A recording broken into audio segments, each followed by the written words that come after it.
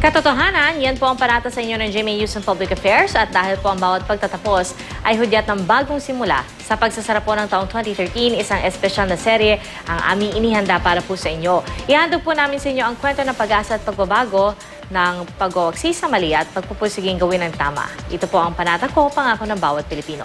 Tunghayan po natin ngayon ang pangako ng isang guro na baguhin ang kanyang paraan ng pagdidisiplina sa mga estudyante. Balita natin ni Salima Refran.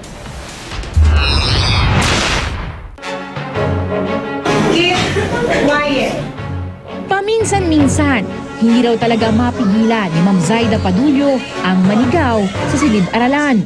Maraming pagkakataon kung saan ang pasensya mo talaga ay masasagad. May tendency talaga na ikaw ay makabulyaw, makapangbato. Pag matigas ang ulo o kaya'y magulo at makulit ang bata, lumalabas ang pagiging terror ni Ma'am Zaida. Ang effect niyan is andoon na yung takot. Maaring hindi na nila inuulit pero ang mararamdaman mo na takot sila sa akin.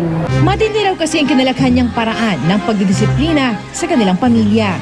Napakadami kong masasakit at masaklap na karanasan nang ako ay isang bata pa.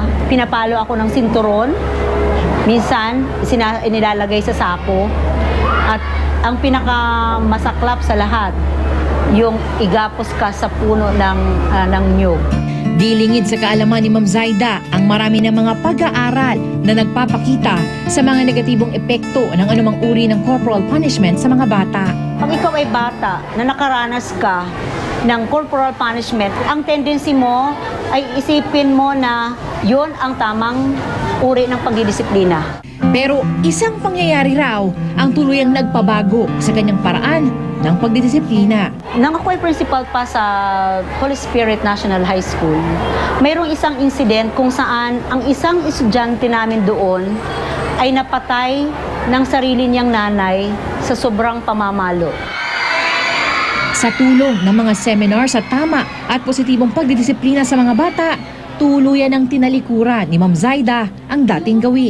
Ang importante, binago ko ang sarili ko para sa mga anak ko, para sa mga estudyante ko. Panata ko na itataguyod ko ang positibong pagdidisiplina sa kabataan. Siya si Zaida Padullo at ito ang kanyang panata. Salima Refran, GMA News.